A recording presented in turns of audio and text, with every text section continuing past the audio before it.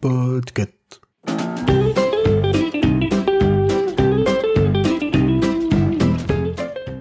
Bonjour, bonsoir tout le monde. Nous sommes début mars, date de diffusion de cette spéciale du dimanche qui arrivera très peu de temps après que nous ayons toutes reçu des réductions pour les soins de beauté.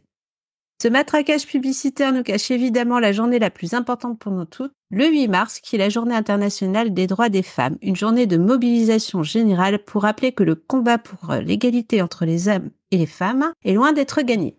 À mes côtés, j'ai une équipe de choc qui va vous dépoter vos idées reçues sur la lutte, mais surtout alimenter nos réflexions grâce à leurs lectures qui sont très peu nombreuses, évidemment.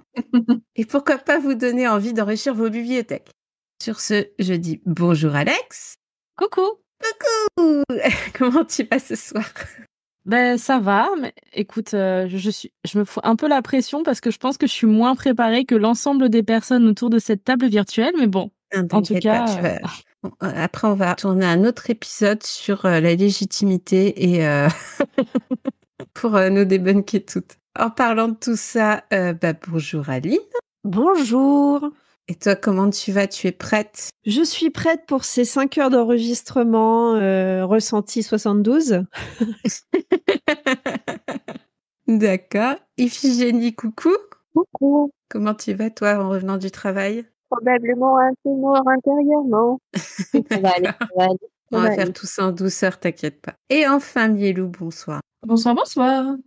Comment tu vas? Ben, moi, ça va. Pareil, un peu fatiguée après la journée de travail, mais ça va. Puis t'as noté plein de trucs, là. C'est un... Oui, bon. Des avalanches, des emails, tout. J'ai fait waouh. J'ai potentiellement doublé le nombre de livres, mais je ne parlerai pas de tout en détail, promis. Non, t'inquiète pas. Ou peut-être, on sait pas. On verra bien. Et toi, Corée, comment ça va? Eh bien, moi, ça va. J'ai réussi à boucler tous mes avis, ce qui n'était pas évident.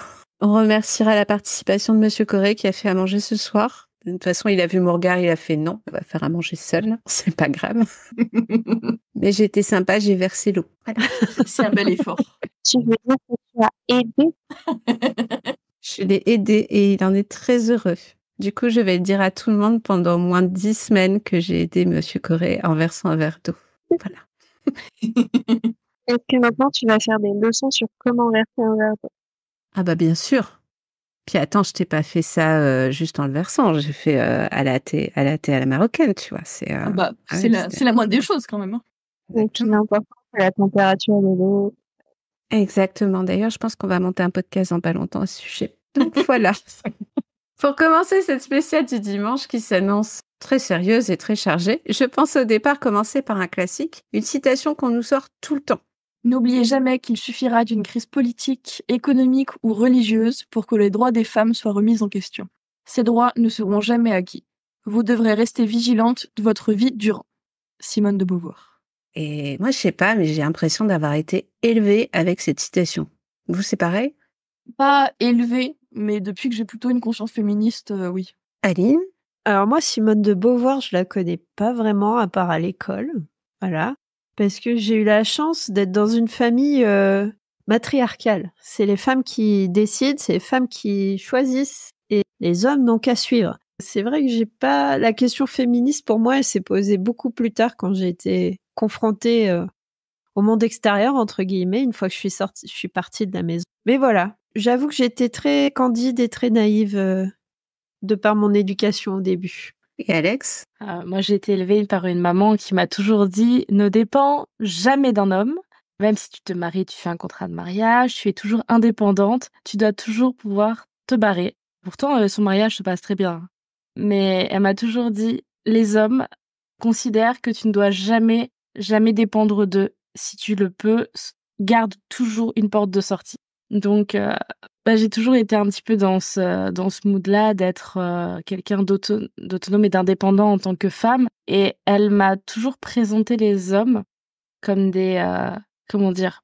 Elle m'a toujours... Voilà, en gros, ne te fais jamais avoir, voilà. Les hommes, de toute façon, ils ont le dessus sur nous, politiquement et tout ça, mais t'inquiète, je te fais confiance, tu vas t'en sortir. Ça a toujours été un petit peu dans ce sens-là, et j'évolue dans un milieu très particulier puisque je suis infirmière. Donc, c'est un milieu de gonzesses, des dramas de gonzesses. un milieu où quand le médecin femme rentre dans la pièce, ils disent « Ah, vous êtes l'infirmière !» Et quand l'aide-soignant homme rentre dans la pièce, on dit « Ah, salut docteur !» Donc bon, on apprend vite à poser des bases et à pas se faire mansplainer par les médecins qui s'identifient comme des hommes et qui pensent donc avoir raison. Alors moi, c'est un peu particulier parce que j'ai été élevée en partie avec mon grand-père. Et mon grand-père est un homme assez macho parce qu'il a été élevé comme ça. Mais pour son plus grand bonheur, il a eu 3 filles et 3 petites filles. Donc autant dire qu'il a été très vite en surnombre. Du coup, il nous a toutes inculqué des valeurs dans le sens où il a appris ma mère et mes tantes et ensuite moi et mes cousines à agir, je vais pas dire comme un homme, mais en gros, il nous disait direct comment penser un homme pour éviter de se faire dominer par cette pensée, tu vois. Je sais pas comment l'expliquer. En gros, j'ai pas appris à jouer à la poupée avec lui, tu vois. J'ai appris à grimper aux arbres, à jardiner, à bricoler et à dépendre le moins possible d'un homme parce que pour lui, c'était important. Les plus grandes discussions que j'ai eues, en fait, c'est par rapport... Je vais parler des trucs bêtes. Quand j'allais en soirée ou des trucs comme ça, c'était avec mon grand-père. Alors certes, tout ce qui était contraception, tout ça, ça restait le côté un peu féminin parce qu'il fallait pas déconner jusque-là. Non, mais Quand même. avec le grand-père, t'imagines.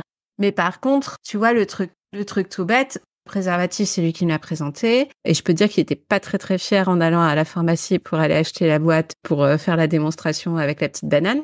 Pareil, tu vois, il m'a parlé des trucs tout cons, mais genre l'alcool, qu'est-ce qu'il faut pas mélanger, à partir de quelle quantité. Quand un homme te raccompagne, qu'est-ce que tu dois accepter, qu'est-ce que tu dois pas accepter. Et donc, tu vois, c'est des trucs comme ça qui pensent que c'est un macho féministe, dans le sens où il a été élevé vraiment comme quoi l'homme était la place centrale de la famille. Tu vois que c'était assez tradit. Mais le fait d'avoir des filles, il voulait pas que ses filles et ses petites filles aient des positions dépendantes par rapport aux hommes. Et t'as monté les coulisses, quoi. Donc, ouais, il a progressé vraiment avec son temps. On va reprendre quand même notre petite Simone qui s'ennuie dans un coin. Je me dis, on la resserre tout le temps, mais en vrai, normalement, on est censé avoir les mêmes droits que les hommes, puisqu'on a la citoyenneté, on a tout ce que tu veux. Qu'est-ce qui pourrait nous montrer qu'aujourd'hui, les droits des femmes sont menacés? Milou? Alors moi, je pensais à 2 exemples, un local et l'autre un peu plus étranger. Tout d'abord, pour ce qui concerne la France, on voit en ce moment des attaques de plus en plus répétées contre les personnes trans et bizarrement, c'est surtout contre les femmes trans que ça se précise. Les hommes trans, bon, on va pas dire qu'ils sont privilégiés, mais sont un petit peu moins dans le viseur. Et puis le truc le plus évident, c'est ce qui s'est passé aux États-Unis il y a quelques années avec l'abrogation de alors pardon, faut que j'arrive à le prononcer, de l'arrêt Roe vs Wade, donc l'arrêt qui garantissait le droit à l'avortement. C'est très joyeux. D'accord. Oui, bah, Iphigénie? Non, mais il y a eu un vrai frisson glacé au mot réarmement démographique, comme une reprise de possession des ventes. D'autant que c'était pas cohérent parce que ça venait avec des mesures de réduction du congé parental, aucune cohérence là-dedans.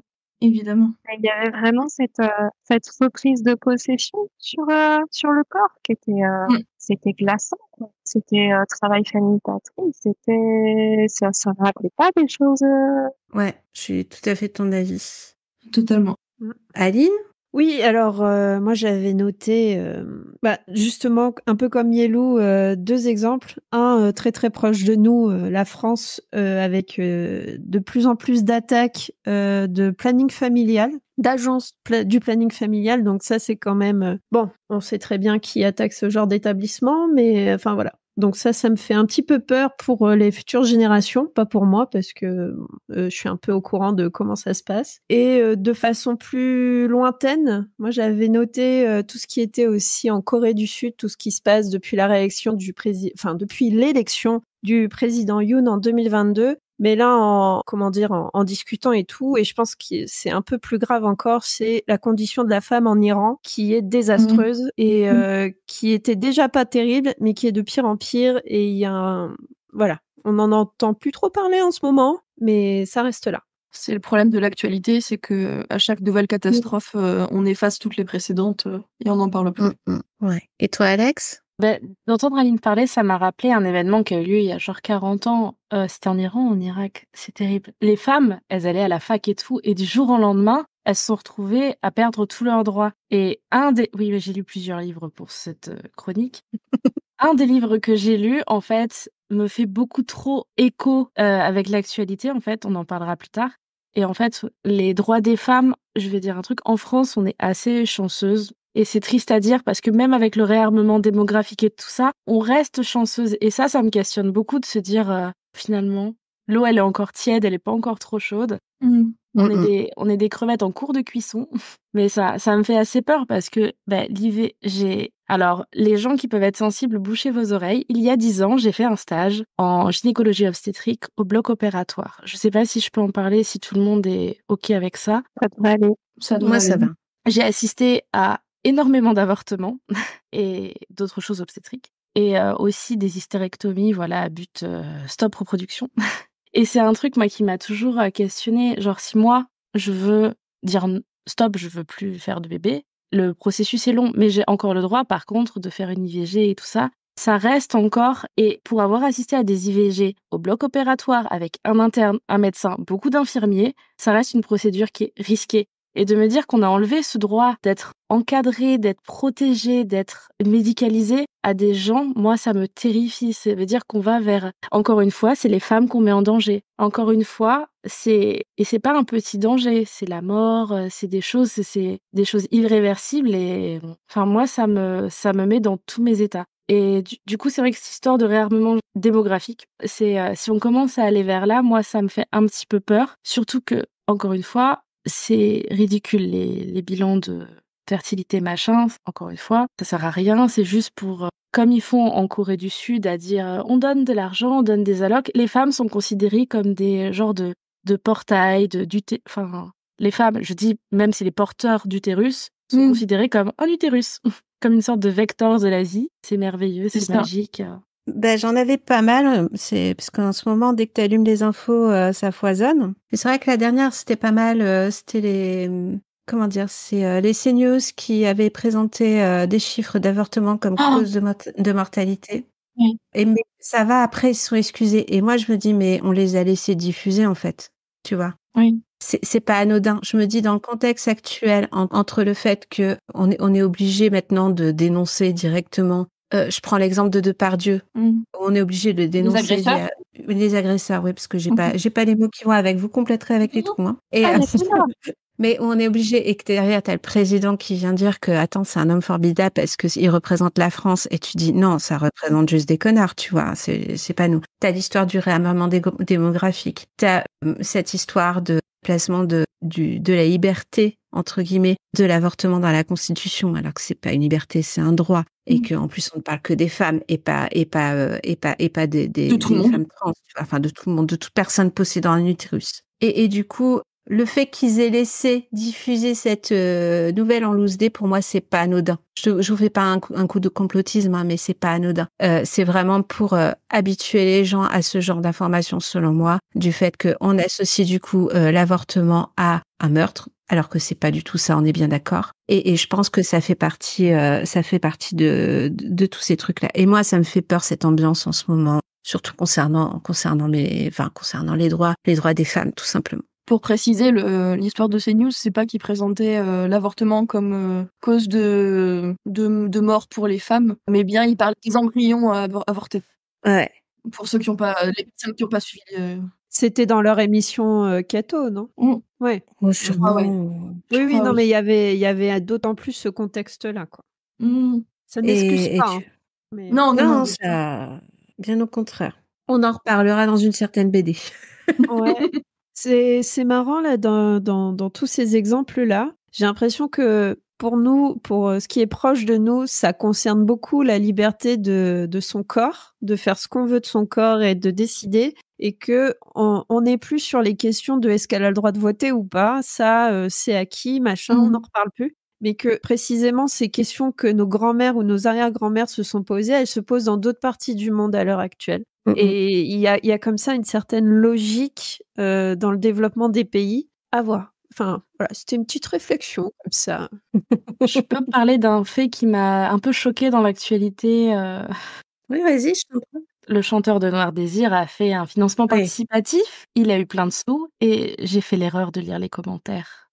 sous le financement participatif. Oh mon Dieu. Et je me suis dit, mais moi, en fait, j'y pense depuis 2 semaines, je crois. Je me dis, quand on est une femme, on n'est pas considéré comme aussi bien qu'un homme. Pour moi, on est un objet de désir, et j'ai vu le film Barbie.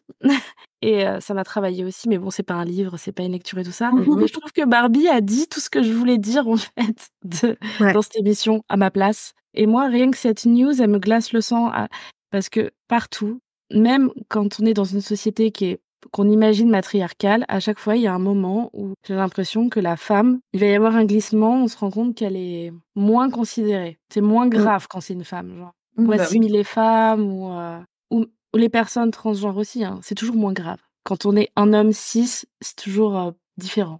C'est quelque chose que dans des œuvres de dystopie qui essayent de retourner une classe sociale ou un métier, un genre, j'ai l'impression que ça ne marche jamais en fait. Il y a des œuvres qui ont essayé, c'était quoi avec une figure de travailleuse du sexe qui n'est pas méprisée, qui n'est pas. Et en fait, au bout de 2 épisodes, elle se fait agresser quoi. Il y a pas ça marche pas.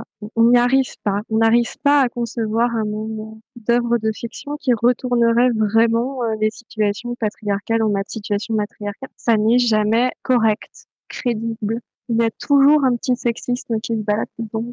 Oh, je pense que des œuvres qui inversent vraiment le stigmate, il y en a.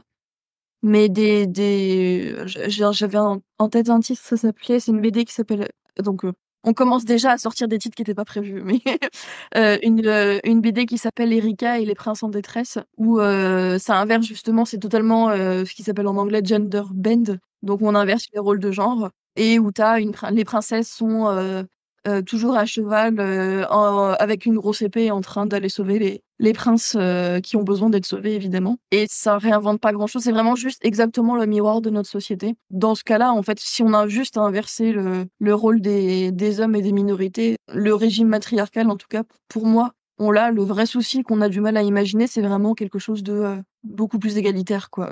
On a du mal à imaginer une société sans domination, en fait, tout simplement. Mais ça, on en reparlera à toute fin quand on balancera tout le restant de nos livres, parce que j'en ai un pour toi, tu vas adorer. Il paraît qu'on n'a pas à s'inquiéter des menaces éventuelles sur nos droits primordiaux. Et ouais, c'est pas moi qui l'ai dit, c'est le président actuel du Sénat, Gérard Larcher, qui pense qu'inscrire la liberté à l'avortement dans la Constitution, je parle de liberté puisque le texte a été accepté par le Sénat aujourd'hui, il n'est pas vital pour nous. Et donc, je le répète, je parle de liberté et pas de droit. C'est vrai que la Constitution est le gardien des droits de l'homme et du citoyen. Et on parle bien des droits de l'homme. Et l'article 1 proclame « Tous les hommes naissent libres et égaux en droit ». Autant vous dire qu'on partait mal, mais avec le code napoléonien, vous verrez, le peu de droits qu'on avait à l'époque, si tu veux, ça c'était vraiment envolé. Mais heureusement, on a eu quand même la liberté au bout du tunnel, puisque le 21 avril 1945, les femmes ont eu le droit de vote. Ce qui veut dire qu'elles avaient le droit de décider par elles-mêmes qui serait leur représentant. Mais je pense que les hommes, au départ, ils pensaient qu'elles allaient demander conseil à leur mari. Donc, ça a été loupé. Mais voilà, c'est comme ça. Ça a été les femmes ont un cerveau. quand même. Hein. Oui, exactement.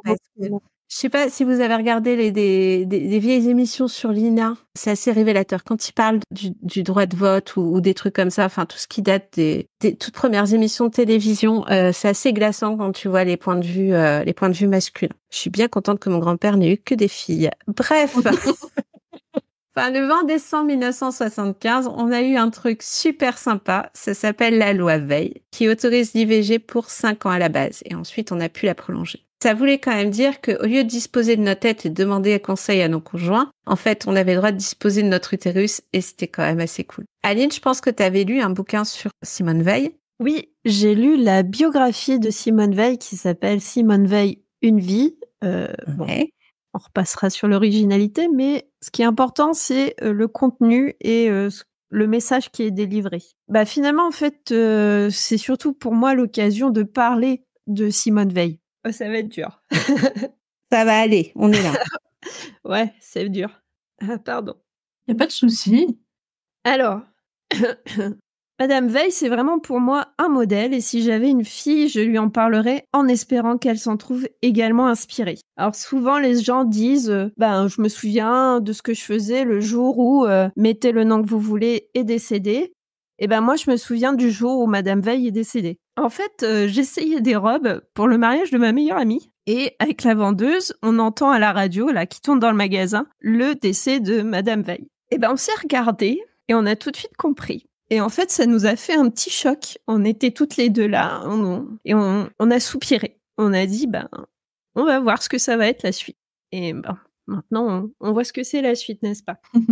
Donc avec cette biographie, Simone Veil, une vie, en fait, j'ai accueilli le témoignage d'une rescapée de la Shoah, d'une femme politique, d'une femme dans l'arène de l'Assemblée nationale devant tous ces hommes qui, s'ils pouvaient enfanter, ils auraient voté l'avortement en moins de 3 minutes. Et justement, je voulais faire un petit dérivé, une petite sur la Shoah. J'ai récemment eu l'occasion d'assister à une conférence de Ginette Kolinka. Et en fait, elle nous a raconté, sans pathos, sans larmes, et même avec une petite pointe d'humour, en fait, son expérience dans les camps de concentration. Et c'était au-delà de l'imaginable. Même avec ces mots, je ne peux pas me rendre compte de ce que c'était de vivre déjà dans ces camps et d'être une femme dans ces camps. Ça avait l'air d'être au-delà de ce qui est humainement possible de supporter. Et donc, toutes ces femmes, en temps de guerre, que ce soit pendant la Seconde Guerre mondiale ou même à l'heure actuelle, les femmes sont utilisées, elles sont méprisées, on leur fait subir les pires sévices. Et ça, c'est en temps de guerre, mais je pense que dans la vie de tous les jours, même si c'est pas à ce point-là, pas facile d'être une fille. Vraiment pas. Revenons à la biographie de Madame Veil. Bon, le récit couvre essentiellement ses jeunes années, ses années de prisonnière, puis son retour difficile à la vie, son retour à la liberté et le silence qui a suivi ce retour. Parce qu'elle n'a pas voulu raconter son expérience de façon extensive. Il y avait une très très grande pudeur et une volonté aussi peut-être d'oublier un peu ce qui s'était passé pendant ces années-là. Et les jeunes générations, je m'inclus dedans parce que je suis pas si vieille que ça, celles qui n'ont pas connu la guerre sur notre territoire. En fait, on se souvient d'elle comme celle qui a porté les débats sur la loi pour le droit à l'IVG, donc l'interruption volontaire de grossesse, parce qu'on dit IVG depuis tout à l'heure, mais je suis plus certaine si on a dit ce que ça voulait dire. Et ce droit, donc cette loi est passée en 1975, comme tu le rappelais tout à l'heure. Et je pense aussi, moi, à Gisèle Halimi dans ce combat-là. Et le premier pays européen qui a légalisé ce droit à l'IVG, c'était l'Espagne, au début des années 30. Bon, ils ont eu un gros retour en arrière avec le franquisme, une petite période sombre comme ça. Et c'est revenu après, les femmes ont à nouveau eu le droit de disposer de leur corps une fois que la démocratie est revenue. Et voilà, Espagne dans les années 30, France 1975. Cette biographie, elle nous permet aussi de nous plonger dans une époque qui est pas si lointaine et qui me permet aussi de comprendre ce que ma mère a pu entendre dans sa jeunesse, comment elle a pu se construire et qui explique en partie mon éducation. Et Simone Veil, je l'ai découverte finalement par moi-même, mais je comprends maintenant la pudeur que ma maman peut avoir sur certains sujets. Les années 70 et les années 80, en fait, elles sont pas aussi belles et aussi cool que dans les films et les clips musicaux. Et le livre se conclut par la retranscription des discours de Madame Veil devant l'Assemblée. Ces discours servis pour la cause des femmes à disposer de leur corps comme elles le souhaitent. Et t'as parlé tout à l'heure de ce qui s'est passé sur CNews, donc je vais pas revenir là-dessus. Moi, je suis aussi fascinée par les vidéos de Lina qui montrent l'animosité à laquelle elle a dû faire face. Elle a dû tenir bon pour nous toutes. Alors, merci Madame Veil. J'ai fini. Et merci Aline. Merci, j'avais presque envie d'applaudir. Moi aussi. Tu sais, j'ai lu aussi une biographie de Simone Veil. J'ai eu droit qu'à la première partie, donc qui a eu sur son enfance et sa déportation. Et en fait, c'est mon grand-père paternel a été déporté lui aussi. Et tu vois, c'était un des trucs qui j'arrivais pas à concevoir qu'il nous en parle pas. Il était très discret, il était toujours plein de vie, plein de gentillesse. Et son truc à lui, quand j'allais le voir, c'est qu'il m'emmenait à la librairie. Et il voit cette première partie d'une biographie de Simone Veil et fait t'as une partie pour toi et une partie pour moi en fait. Et c'était ça. Moi, ce qui m'a marqué dans la vie de Madame Veil, c'est qu'elle se disait pas féministe en fait. C'est elle aimait la politique, ça, on est d'accord. Mais elle était pas au départ, elle était pas là pour spécialement défendre le droit des femmes. Elle était là juste pour elle, pour les sauver. Elle voyait vraiment le problème de l'intervention volontaire de grossesse comme un problème médical. Oui, elle a pas fait que ça. Elle a aussi grandement participé à la construction de l'Europe, à tout ça. Oui, oui, Oui, c'est bien ça. sûr. Mais ça reste un fait majeur. Et en fait, si cette femme n'avait pas eu le virus de la politique, entre guillemets, elle aurait été très, très heureuse en tant que ou prof ou femme au foyer ou tout ce que tu veux, en fait. Sa vie, c'était pas de je vais débunker le paternalisme, je vais, tu vois, c'était pas, elle avait pas une tenue de super-héroïne, tu vois. Elle était juste là, un petit peu comme nous, hein. Elle était assise, elle était avec son tricot, elle était très bien et c'est ça qui est assez fou, c'est que souvent, t'as pas, je sais pas, quand tu présentes, de la manière dont certains hommes présentent les féministes, t'as envie de leur présenter Simone Veil. Est-ce que quelqu'un d'autre a ajouté sur... Moi, juste, j'ai deux recommandations. Enfin, deux très, je vais pas m'éterniser dessus. Mais en t'écoutant, Aline, j'ai pensé, il y a aussi le discours, le fameux discours de Simone Veil devant, je sais plus si c'était le Sénat ou l'Assemblée, le fameux jour où ça a été voté, ça devait être le Sénat du coup, je suppose, a été retranscrit dans un livre qui du coup pas très épais, ça fait une 30aine de pages. S'il y a des gens, bon, il doit être aussi disponible sur internet, je suppose, mais s'il y a des gens qui ont envie d'avoir, sans avoir à acheter un livre qui coûte un peu plus cher en même temps, il est disponible. Et je voulais juste partager, bon, je vous le montre, vous avez l'exclu vidéo. Moi, j'ai pas lu pas lu Une vie, mais j'ai lu une BD qui s'appelle Simone Veil l'immortelle, qui du coup reprend la biographie de Simone Veil. Pour le coup, moi, j'ai quasiment totalement découvert son passé, ses liens avec la déportation, etc. Moi, c'est vrai, comme disait Corée, je la connaissais uniquement à travers le droit à l'avortement. C'est une chouette BD qui est il s'est organisé par tranche de temps. Il y a des allers-retours dans le temps et chaque période temporelle est identifiée avec un code couleur très précis. Et c'est beau et c'est clair, c'est instructif et on en apprend en plus sur cette grande dame. Donc, si vous êtes un peu moins roman et un peu plus BD, il y a ça aussi comme alternative. Alex, Fifi, Jenny, je m'oublie toujours la moitié de ton nom, je me demande pas pourquoi. On va finir sur Fifi en fin de soirée, ça va être magique. Non, j'ai pas plus. C'était agréable de t'entendre parler avec. Alors, c'était pas forcément agréable pour toi, mais c'était agréable de t'entendre parler avec autant d'émotion, de voir à quel point ça a compté dans ta construction, et c'est toujours intéressant. Merci. Merci.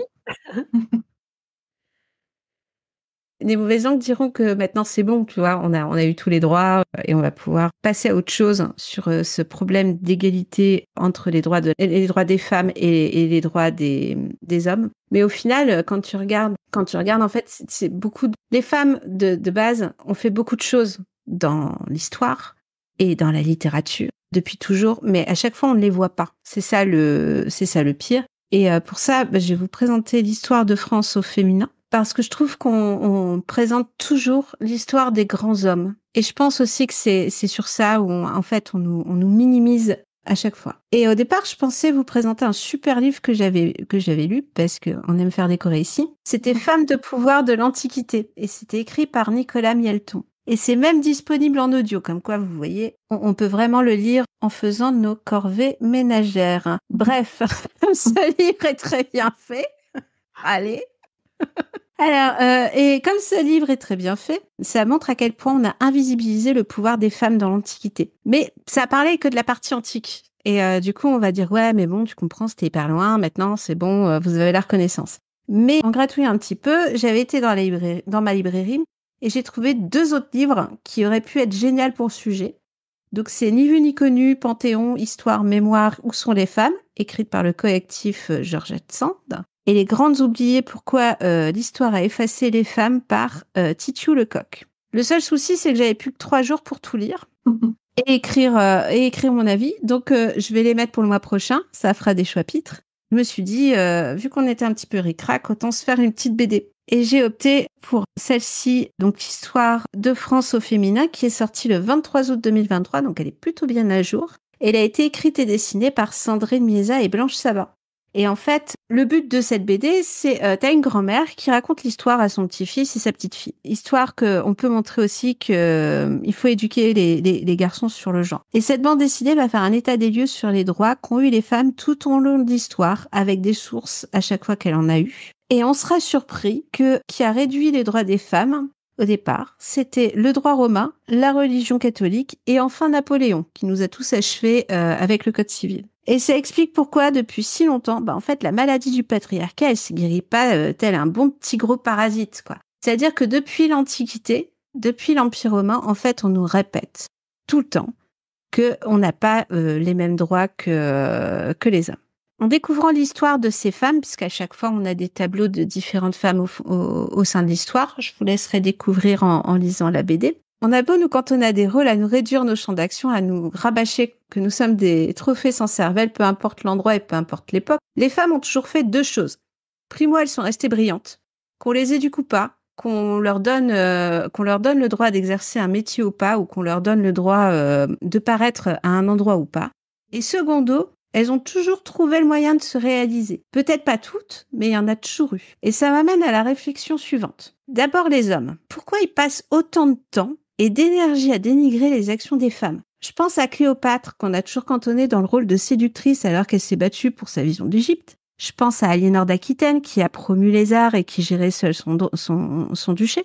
Je pense à Catherine de Médicis, qu'on accuse de massacre de la Saint-Barthélemy alors que d'autres rois avaient fait pareil sinon pire. Et je pense à Olympe de Gouges, qui a rédigé la Déclaration des droits de la femme et de la citoyenne et qui a été guillotinée 2 ans plus tard pour avoir fait de la politique. Et je pense enfin à Camille Claudel, qui a été rendue folle par Rodin et qui du coup est fini internée et qui n'a plus jamais sculpté de sa vie. Et enfin, je pense à Louise Aubrac, qui a quand même sauvé autant de résistants. Ces femmes-là, on n'en parle pas. Maintenant, on en parle un petit peu plus, mais on n'en parle pas. Et je dis aux hommes, mais arrêtez de nous invisibiliser, parce que en fait, il y aura toujours des femmes pour sortir du lot. Alors qu'on les entrave ou pas. Donc, imaginez plutôt les possibilités de nous laisser un petit peu de place au bout d'un moment. Et c'est pour ça que je suis triste, parce que en fait, là, on retrouve des traces de l'histoire de ces femmes, mais on retrouvera pas tout, parce que à chaque fois, on a fait de l'histoire. C'est ça le souci. C'est que là, on se dit, ouais, il y a eu quelques femmes, c'est bon, c'était des exceptions. Non, en fait, je suis sûre qu'il y a eu des centaines d'autres femmes dans tous les pays du monde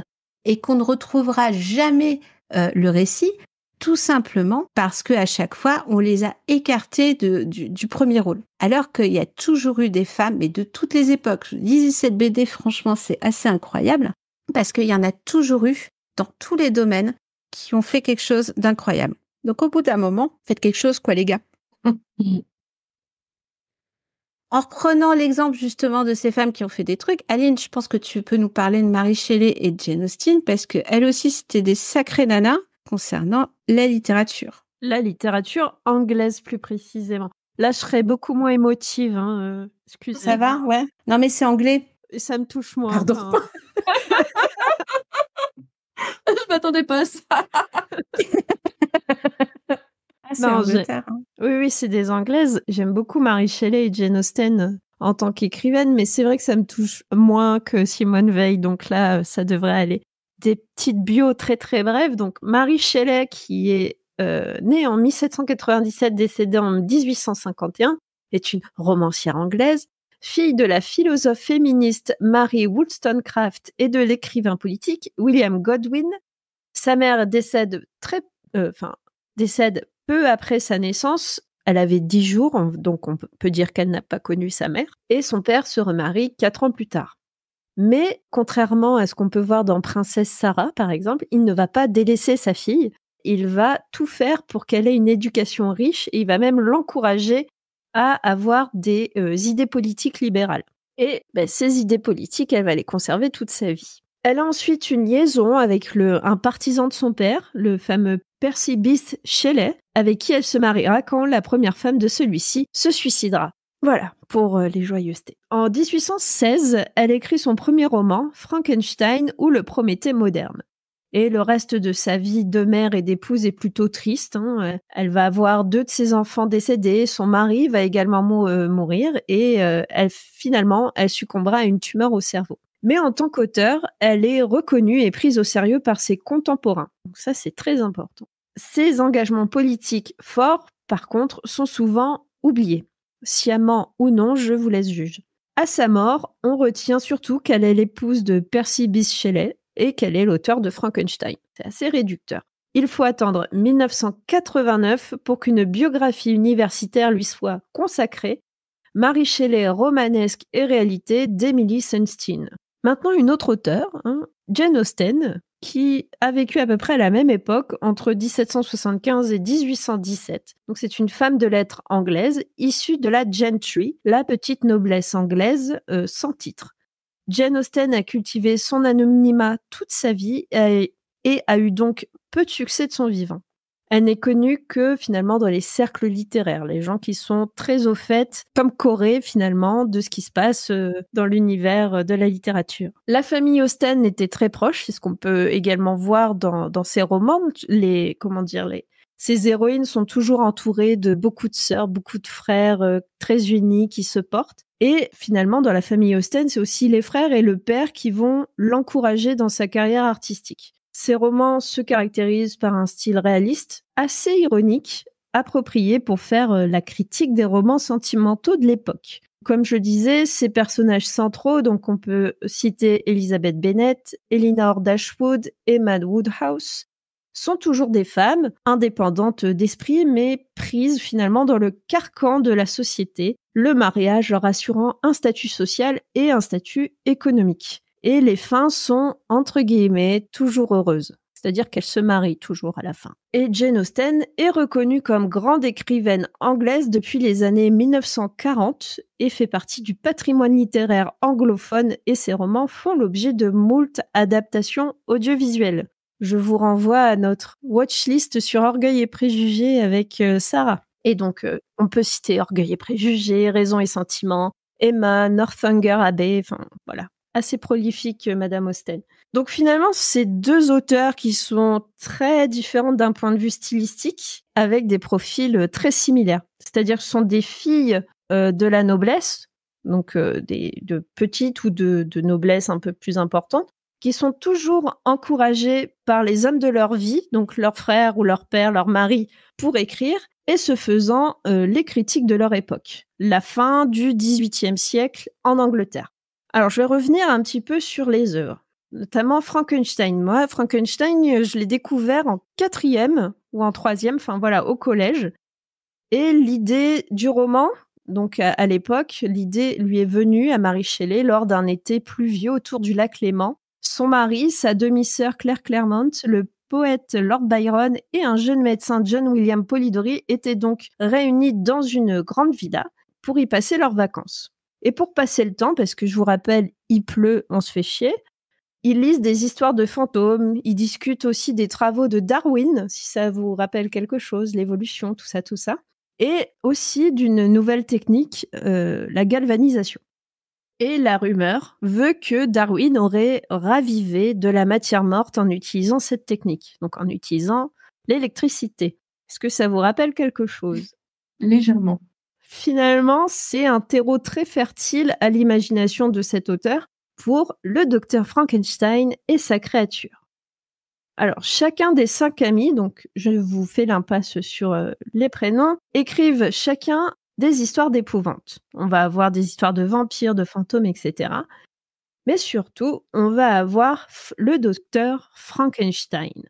Alors, il va créer un monstre à partir de bouts de cadavres, lui donner vie grâce à un orage, et la créature va finir par s'enfuir, mais est chassée par les villageois à cause de son apparence, entre autres. Il me semble qu'il y a une petite fille dans l'histoire qui passe de vie à trépas. Alors, c'est un roman gothique, un roman d'horreur, un roman philosophique qui est précurseur de la science-fiction. C'est, on peut dire, une référence dans le domaine. Et ce qui m'a plu dans Frankenstein, c'est essentiellement la réflexion qu'il y a autour de qu'est-ce qu'un monstre. Est-ce que c'est son apparence ? Est-ce que c'est les actions qui mènent à devenir un monstre ? Vous allez dire que tout ça, c'est des clichés et des idées, bien préconçues qu'on m'a fourrées dans le crâne à l'école. Peut-être, peut-être pas. Et que c'est assez facile à faire comme réflexion, n'est-ce pas ? Mais voilà, enfin, quand j'ai dit ça, j'ai tout dit. Mais en fait, du haut de mes 13-14 ans, quand je l'ai lu, et je vous rappelle, j'étais plutôt protégée, voire très naïve, j'ai découvert ce bouquin et j'ai été bluffée par ce constat. Et encore plus bluffée quand j'ai appris que c'était une femme qui l'avait écrit. Parce que pour moi, ce type de récit, à l'époque, ça ne pouvait être écrit que par un homme. Et le mérite de Frankenstein, c'est de m'avoir ouvert finalement un horizon de possible. De me dire qu'une femme, elle peut aussi écrire des histoires d'horreur. Et je vais finir sur Jane Austen. Moi, je l'ai découverte dans ma vingtaine. J'étais encore un peu trop fleur bleue à l'époque et surtout Monsieur Darcy me faisait un petit peu rêver, j'avoue. Le petit clin d'œil aussi dans Bridget Jones ne m'a pas déplu, on va dire, voilà. Et ce qui me plaît surtout, c'est l'ironie de cet auteur. Elle documente très bien l'ennui des jeunes filles de son époque, dont la seule perspective de l'année, c'est la saison des bals pour se trouver un mari. Elle décrit assez finement les relations hommes-femmes et surtout la place de cette dernière, une sorte de potiche savante qui doit savoir jouer du piano, chanter, danser, broder. Enfin voilà, vous avez compris. Ces héroïnes sont censées, je dis bien censées, secouer un petit peu tout ça, mais je trouve que le tremblement de terre est quand même ultra localisé et que finalement, il y a très peu de changements dans cette société. Parce que, comme je vous disais, ça se finit toujours bien. À la fin, on se marie, on organise le prochain bal et on s'inquiète de la longueur de taffetas nécessaire à sa nouvelle robe. Enfin, pour ma part, je reste une grande amatrice de Jane Austen, mais je ne lis pas ça comme des pamphlets féministes. Mary Shelley et Jane Austen sont des grandes auteurs britanniques qui ont sûrement ouvert la voie et inspiré de nombreuses et nombreux auteurs dans leurs genres respectifs ou même ont ouvert des horizons différents. Mais elles sont finalement des exceptions dans cette société victorienne parce que oui, à cette époque, à la fin du 19e siècle, c'est encore la reine Victoria qui règne en Angleterre, au Royaume-Uni. C'est tout pour moi, j'ai tout donné. Bonsoir. T'as tout donné là? Et elle a lâché son micro. Milou, tu as aussi une bande dessinée à nous présenter? Oui, je voulais juste compléter. Vous le dites si je parle trop, hein, il y a Non, aucun non. souci. Attends, t'as vu tout ce que je parle depuis tout à l'heure? Je voulais juste rajouter par rapport à Mary Shelley, j'ai pas trop l'accent anglais qu'il faut, que ça a été la précurseuse de toute la littérature de science-fiction et ou de fantasy, suivant les analyses, qui a pendant très très très longtemps été considérée comme un courant uniquement masculin. C'est quand même assez récent qu'on considère que les femmes aussi peuvent écrire de la science-fiction et de la fantasy, surtout de la science-fiction. Alors qu'en fait, entre guillemets, la première qui l'a fait, c'était une femme, quoi. Donc, c'était aussi révolutionnaire dans ce sens-là. Oui, mais c'est toujours très dur. La science-fiction, il y a science. Et c'est toujours très dur qu'une Exactement. femme, même à l'heure actuelle, soit une Ouais. boss en sciences, soit docteur en sciences et même gagne un prix Nobel. Enfin, Oui, bien sûr. Femme de science, tu penses à Marie Curie et puis celle qui a trouvé l'ADN, mais on sait plus son nom. Enfin, voilà. Enfin, moi, je le sais plus en tout cas. Oui, non, je le sais pas non plus. Bref, du coup, oui, effectivement, moi, je voulais vous parler, pour ne pas changer, d'une BD. Jusque maintenant, on a surtout parlé de femmes très connues qui ont eu des destins assez hors normes, entre guillemets. Et moi, je voulais vous parler de Radium Girl, qui au contraire parle d'un groupe d'amis à qui il est arrivé, on va dire, des bricoles. Donc c'est une BD dessinée par une dessinatrice qui s'appelle Si. Les dessins sont absolument magnifiques. C'est une technique traditionnelle, donc pas du dessin numérique, au crayon de couleur. Il y a notamment dedans une scène où toutes les amies sont à la mer et c'est vraiment de toute beauté. Et pour ce qui est de l'histoire, on se situe dans les années folles, au milieu des années 20-30. Je suis pas très bonne en histoire, donc par là. Et donc on suit une bande de copines, comme je l'avais dit, qui ont comme point commun de toutes travailler dans une usine, mais pas n'importe quelle usine, une usine où on leur demandait de peindre des montres avec de la peinture au radium. À l'époque, on savait pas encore que c'était pas très bon pour la santé. Et donc, c'était une peinture très chère. Et les dirigeants de l'entreprise avaient inventé une super technique pour économiser de la peinture. Une technique en 3 temps qui s'appelait Lip Deep Paint, c'est-à-dire littéralement lèvres trempées peindre, où les ouvrières mettaient le pinceau, en fait, affinaient le pinceau entre leurs doigts, leurs lèvres pour avoir le pinceau le plus fin possible et éviter de déborder sur la peinture. Et donc Deep, elle trempait le pinceau dans la peinture et Paint, elle peignait. Donc en fait, elles ont passé des années à avaler de la peinture radioactive, enfin radioactive empoisonnée au radium en tout cas. Tandis qu'à côté, les ouvriers qui, eux, produisaient la peinture, manipulaient toutes les matières premières avec des pinces, des gants, etc. Elles étaient absolument pas protégées, mais personne ne s'inquiétait de rien.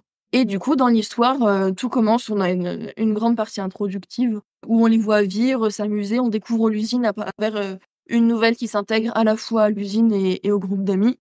On les voit, il y a une séance où elles vont faire la fête en jolies robes comme un peu cliché, comme on a les clichés des années 20.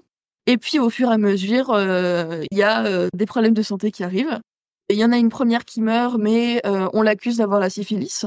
Donc une maladie pour que ré- Sexuellement que- transmissible. voilà, c'est ça. Merci, je cherchais, j'arrivais plus à trouver mes mots. Une maladie sexuellement transmissible, donc évidemment c'est sa faute parce qu'elle avait une petite vertu, comme on disait à l'époque, etc. Les copines survivantes finissent par avoir des dents qui tombent, des bras qui se cassent tout seuls, de plus en plus mal partout. Elles finissent par comprendre que leurs problèmes de santé sont liés à cette fameuse peinture au radium.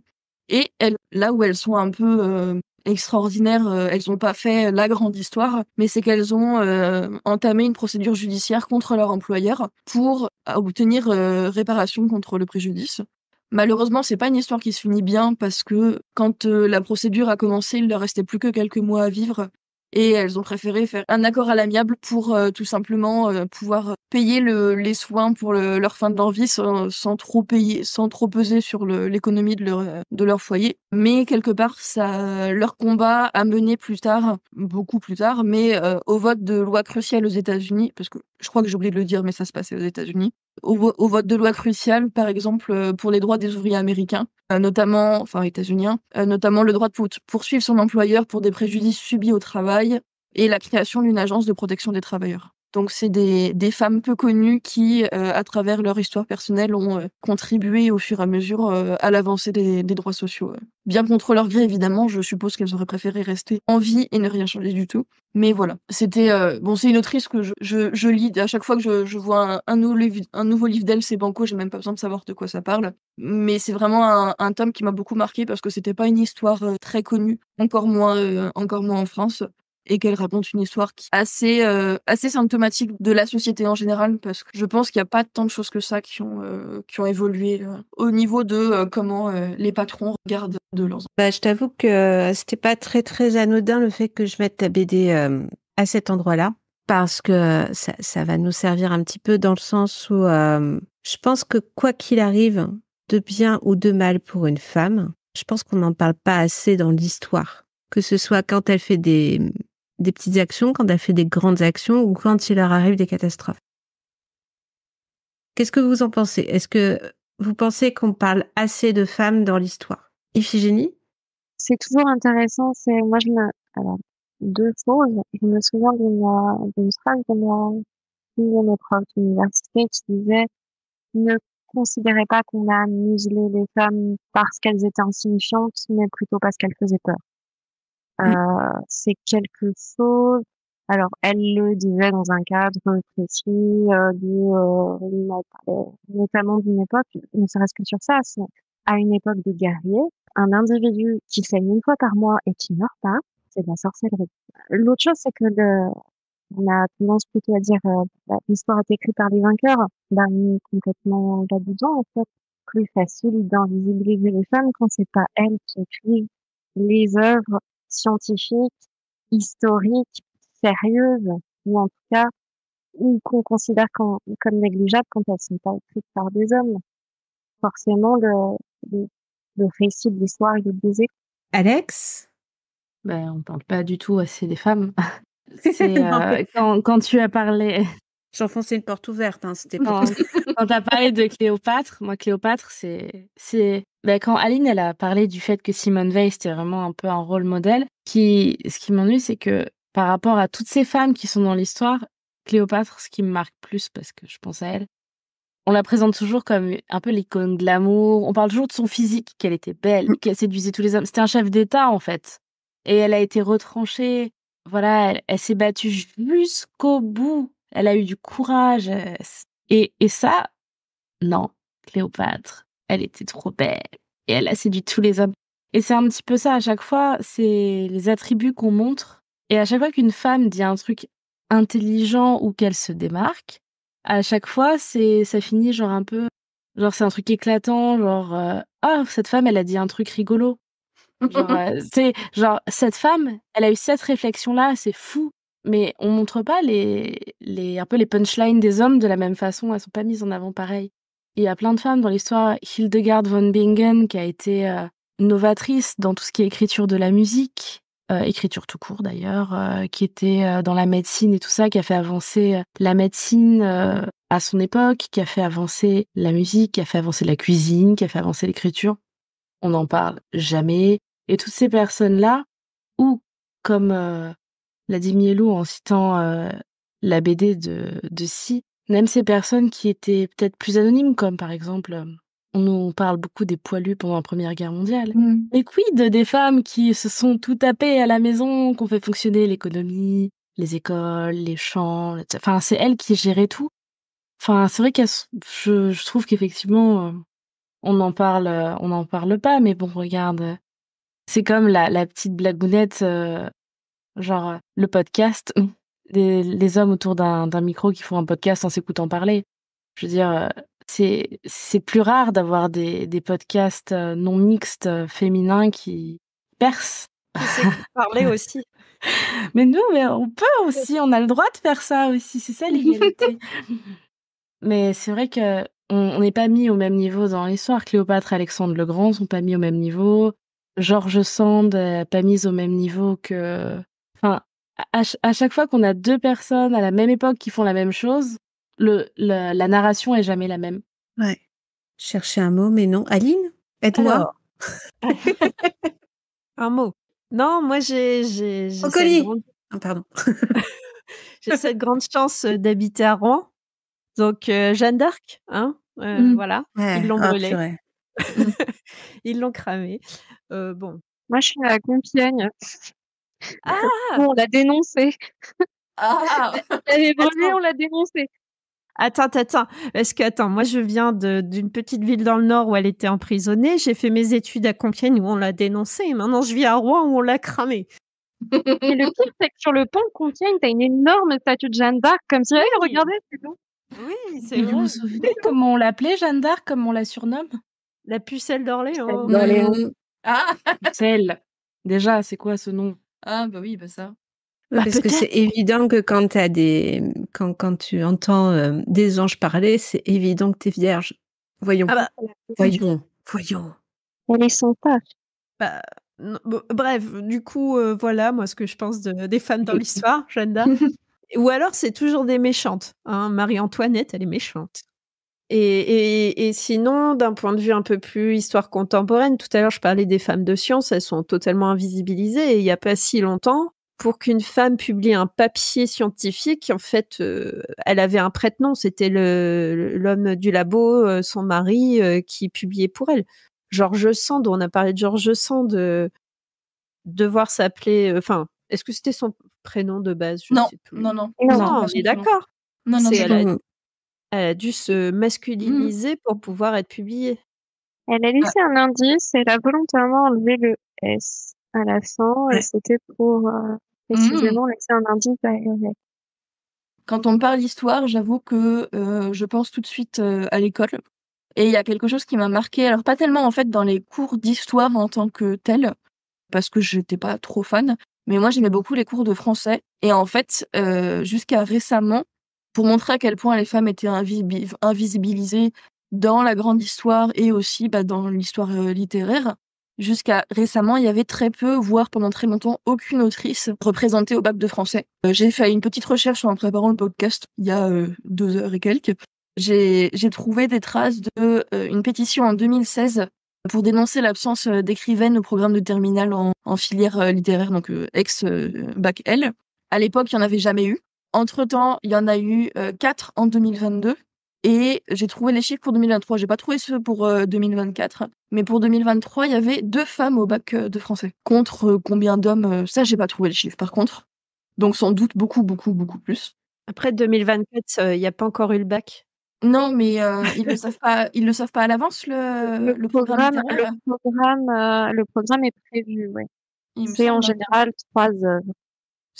D'accord, donc moi je suis médisante. Si c'est un petit nombre, je pensais que c'était parmi un grand panel d'œuvres. Donc 4 femmes et 2 femmes, c'est pas si mal. Non, il y a 3 œuvres par an. Du coup, si tu as trouvé 4 femmes, c'est que toutes les autres années de bac littéraire, c'était des hommes, quoi. Oui, c'est ça. Oui. La pétition que j'ai trouvée, qui était en 2016, il y en avait jamais eu, absolument jamais eu, quoi.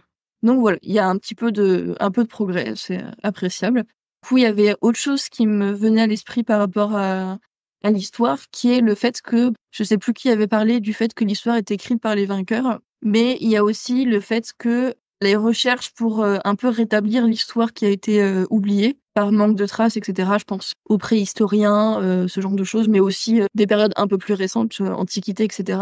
Et ben c'est souvent, et pendant très très longtemps, ça a été majoritairement des hommes, avec un point de vue d'homme. Et donc en fait, en étant très centré sur soi-même, ce qui est humain, mais comme il y a que le même type de personnes, c'est-à-dire des hommes, bah ils voient que tous la même chose, et ça mène à des choses. On n'envisage pas que quand on trouve la tombe de quelqu'un qui a l'air manifestement d'être un guerrier parce que il a été enterré avec des armes, on n'envisage pas du tout que ça soit une femme. Jusqu'à ce que des dizaines d'années plus tard, la recherche prouve que par l'étude du squelette, a priori, c'était une guerrière et pas un guerrier.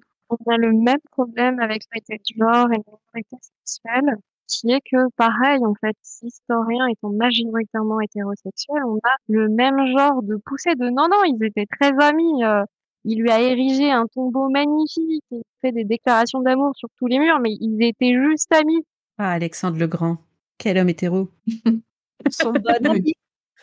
Son bon ami, c'est toujours ça. C'est le nombre d'autrices lesbiennes ou bisexuelles qui ont été invisibilisées parce que elles habitaient ensemble mais elles étaient juste colocataires. Elles avaient des maris. Oui, bah oui. Ils s'entendaient très bien tous les deux d'ailleurs, les maris. Donc voilà, du coup, ça m'avait fait penser notamment sur le sujet de l'invisibilisation des femmes dans l'histoire. Un livre qui se concentre sur la préhistoire que j'ai, mais que je n'ai pas encore eu le temps de lire, donc j'en parlerai pas du tout en détail, qui est L'homme préhistorique est aussi une femme, par Marilène Patou-Matisse. Il est très bien, bon bah tant mieux. Et du coup, Corée, je crois que c'est Corée qui en a parlé très rapidement tout à l'heure, Les Grandes Oubliées, pourquoi l'histoire a effacé les femmes, de Tito Lecoq, qui est très très instructif aussi. Et la série des culottés de Pénélope Bagieux. Ouais. Aussi, ouais. Et de toute façon, si je vous parle d'histoire parce que c'est aussi c'est ma deuxième marotte après la SF, comme quoi tout est lié. Les manuels d'histoire, de toute façon, ne mettent pas en avant les femmes. Par contre, maintenant, il y a une volonté, pas du gouvernement, hein, vous inquiétez pas, vous emballez pas non plus, hein. Mais plutôt de certains professeurs, professeureux. Voilà, je vais garder mon accent du Nord, ce sera plus pratique. Professeurs qui justement vont mettre en lumière, parce que si les manuels scolaires en fait ne laissent pas la place, si tu veux, il y a quand même une petite marge de manœuvre pour les profs. Et c'est en ça que nous les femmes, on est très très facile et très habiles pour biaiser le truc. Si jamais vous êtes prof et que vous avez envie, ou vous avez juste envie de vous instruire en redécouvrant l'histoire au féminin, je vous recommande chaudement le podcast de l'association Memnosine, du genre dans l'histoire, qui montre comment on peut apprendre l'histoire, mais avec le genre. Et c'est vrai que ça, c'est hyper instructif. Et je pense que c'est grâce à ce genre de podcast et à ce genre de points, comme nos bandes dessinées avec nos littératures, ou même Mary Shelley et Jane Austen, parce que certes, de notre point de vue moderne, entre guillemets, ça nous paraît pas foufou, mais avec les moyens qu'elles avaient à l'époque, c'est quand même assez dingue de se dire que Jane Austen a montré que des femmes pouvaient réfléchir et essayer d'agir sur leur destin. Alors certes, à la base, elles doivent quand même se marier, qu'à l'époque, elles n'avaient pas d'autre choix, si tu veux. Mais Jane Austen montrait que, par exemple, il fallait faire le bon choix de mariage, un choix judicieux, pour leur permettre ensuite de vivre confortablement et de la manière dont elles veulent. Et on parlera pas de Mary Shelley parce que dire que c'est Jules Verne le papa de la science-fiction alors que c'est elle, voilà, ça pique. Tu vois, tous ces trucs-là, ça montre que c'est vraiment une sape, vraiment de la part des hommes, on va pas se mentir, parce que c'est ça, c'est une sape de nous effacer en fait. Plus on nous efface, moins du coup on va risquer, entre guillemets, de faire du bruit? Évidemment que non. Et c'est comme ça qu'on peut avoir nos droits plus ou moins effacés au fur et à mesure, sans qu'on en parle en fait. Et c'est ça qui est assez effrayant. Et c'est pour ça que Simone de Beauvoir avait raison en fin de compte, parce que à chaque fois, on en revient là, quoi. C'est que comme on parle pas de nos droits et comme on parle pas du fait qu'ils soient menacés, finalement, ça glisse. Et nous, comme on a l'habitude d'encaisser depuis des milliers d'années, parce que c'est ça, en fait, la réalité, c'est depuis des milliers d'années, depuis que la civilisation est faite, on a l'habitude d'encaisser. Donc, de toute façon, on voit pas ces principes, comme disait Alex tout à l'heure, ces principes de la petite grenouille dans son verre tiède, là, pour le moment. Et on se rend pas compte de tout ça. Comment on peut expliquer maintenant que les femmes ne sont pas l'égale des hommes, puisque sur le papier, on l'a. Et je vais vous parler du coup d'un essai qui s'appelle « Le droit des femmes, le grand recul ». Et je vais vous avouer un truc, c'est en fait quand Pomme a fait « Hey, tu ferais pas une émission pour le 8 mars ?» J'ai fait « Oui ».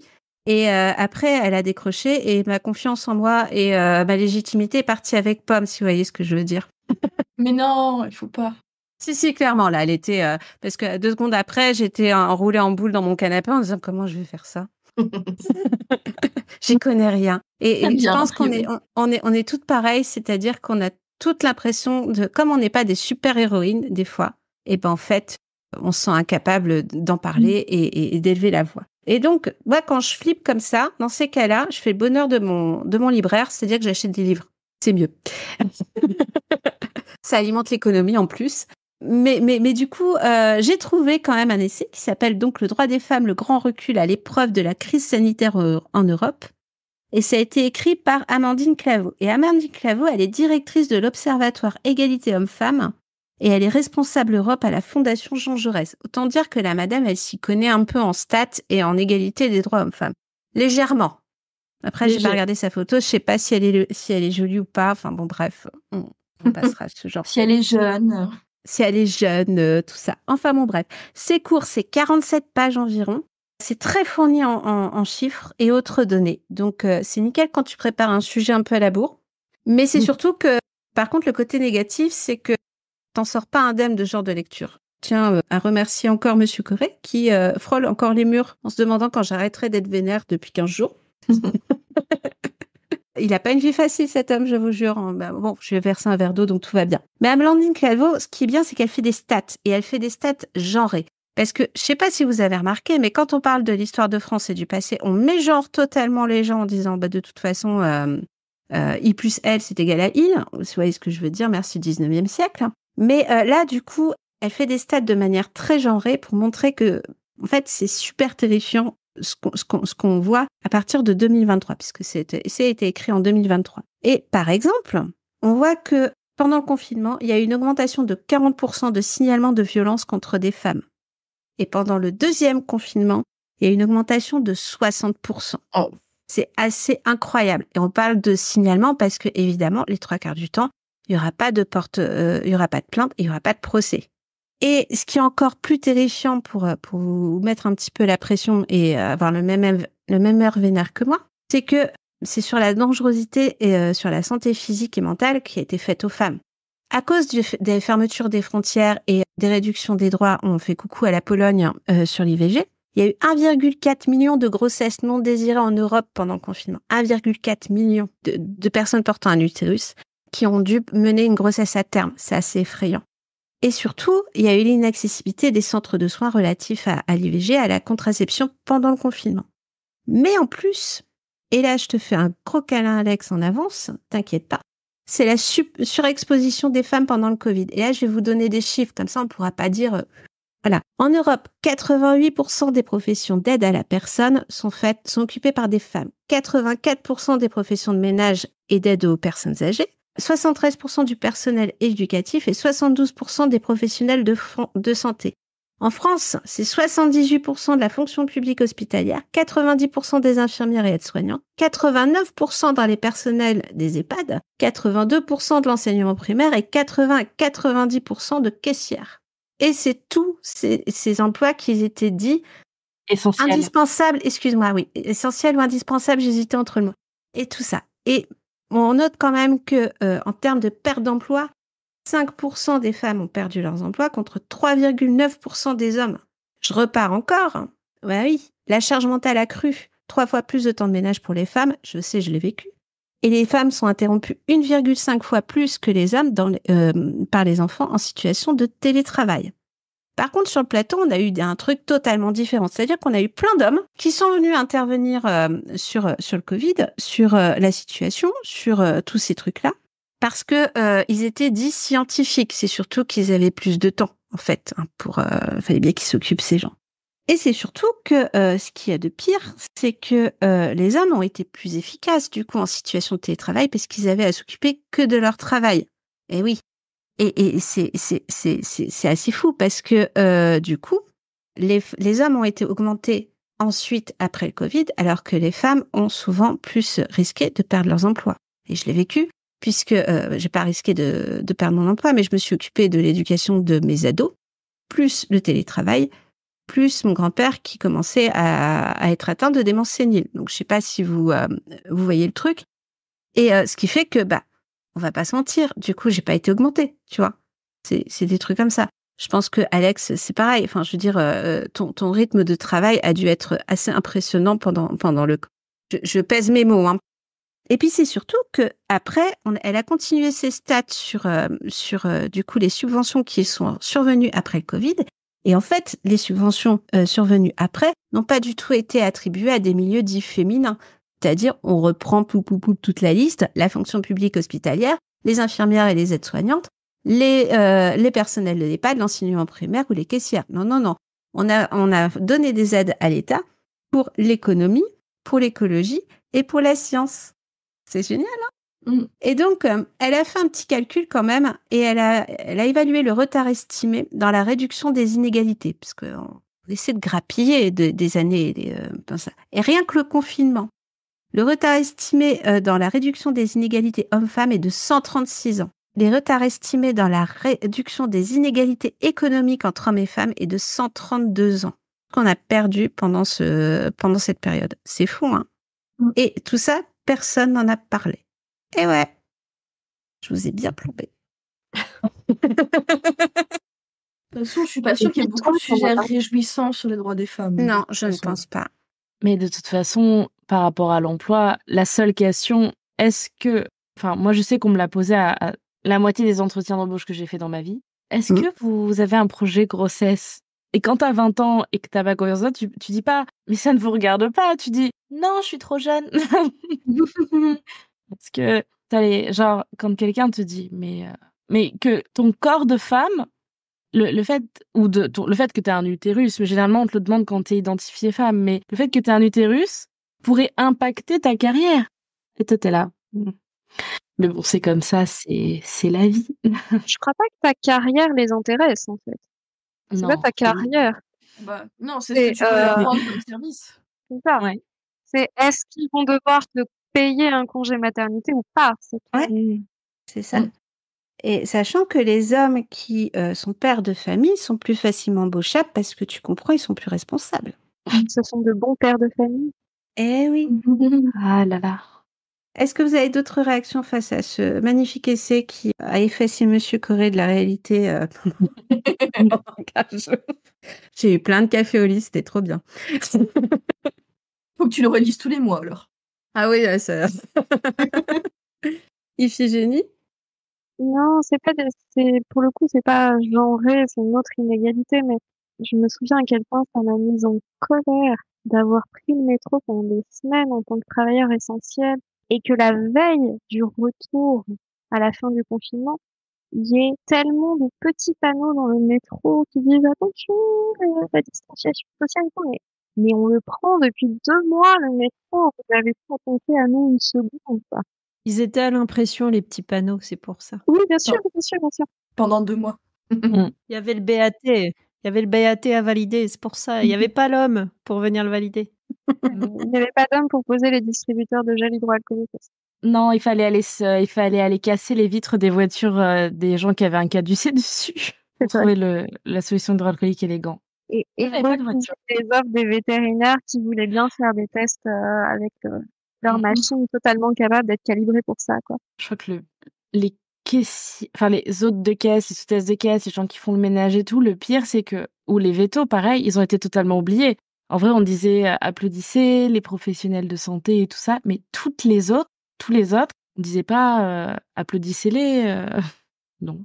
Pourtant, dans mon immeuble, tous les jours, je me checkais avec une meuf qui allait faire le ménage chez les personnes âgées au-dessus de chez moi. On était les deux seuls à sortir de chez nous pour aller travailler, donc c'était facile. Elle me Effectivement. disait oh là là. Moi, je sortais de l'immeuble, elle y rentrait, du coup, elle me disait, elle était trop mal avec ses gants pour ouvrir la porte et tout, elle savait plus. Elle me disait, mais c'est horrible, je vais chez les gens, je sais pas si je leur amène des maladies, si c'est eux qui me les amènent, faut bien manger. Et du coup, Bah ça, et quand les gens tombaient malades, ils accusaient les caissiers, les caissières, ils accusaient tous les personnels essentiels, c'est forcément eux qui me l'ont amené. évidemment. Et du coup, les gens, ils avaient trop mal, Et ils disaient, et après, en plus, c'était notre faute, parce que j'ai une collègue en maternité, elle m'a dit, mais c'est horrible. Et puis après, quand il y a eu le vaccin, en plus, du coup, on nous a jugés, genre c'était nous qui avions créé le Covid presque. Et je pense que les gens, ils cherchent toujours un coupable, mais les coupables, c'était toujours des gens comme Iphigénie, Fifi, je sais pas, qui étaient dans Ça le va métro, rester. mais parce qu'ils n'avaient pas le choix, en fait, de prendre le métro. Voilà, non, Ouais. pas. Non, puis le premier jour du confinement, moi, je faisais le travail en me disant, euh, c'est pas dans le milieu vétérinaire à l'époque. Je suis allée au travail, je suis allée à l'épicerie en me disant, je vais nourrir des gens, c'est trop bien, c'est vrai, je suis essentielle, blablabla. La première personne que j'ai dû conseiller dans le magasin, elle me disait, en fait, mes cheveux sont un peu gras, faire un shampoing. Mais en fait, j'ai pris le métro, j'ai mis en danger mes proches, faisant du shampoing. Mais rentre chez toi, c'est pas grave, personne va aller voir tes cheveux gras, en fait. C'est vrai. Ouais. Ah, moi, je me souviens de la course. Pareil, tu vois, il y avait, comment dire, là où je travaillais, il y a une partie entrepôt et une partie où tu peux télétravailler, hein, tu vois. Le souci étant que dès qu'ils étaient à l'entrepôt, avaient déjà une santé fragile. Donc, clairement, c'était pas du tout une bonne idée de les emmener là. Donc, on essayait de se relayer comme on pouvait. Et ce qui fait que, ouais, je tournais entre l'entrepôt, la maison avec les ados qui essayaient de faire une scolarité comme ils pouvaient, et mon grand-père qui commençait ses crises, et ouais, j'avais toujours l'impression d'être tout le temps en voiture et machin. Je me souviens, en fait, c'est la fin du confinement, parce que je pense que j'ai fait un blocage dessus, mais à la fin du confinement, je me souviens que tout le monde m'a dit, ouais, on est super bien reposés, et je pense qu'on était juste quelques-unes ou quelques-uns à se dire, on est crevés, on n'en peut plus. Ouais, c'était le petit souvenir du confinement.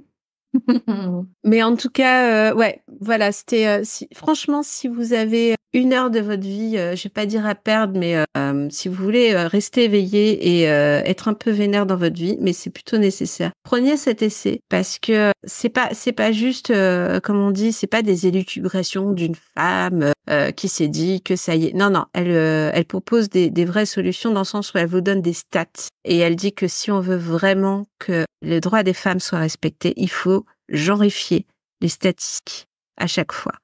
Parce que de toute façon, quand on est mégenré, excusez-moi, quand on est mégenré au niveau de la politique et au niveau de l'économie, on est tout le temps perdante, en fait. C'est ça qui est le plus important à retenir. La première partie de cette spéciale du dimanche est terminée. Je vous donne rendez-vous tout de suite pour la deuxième partie.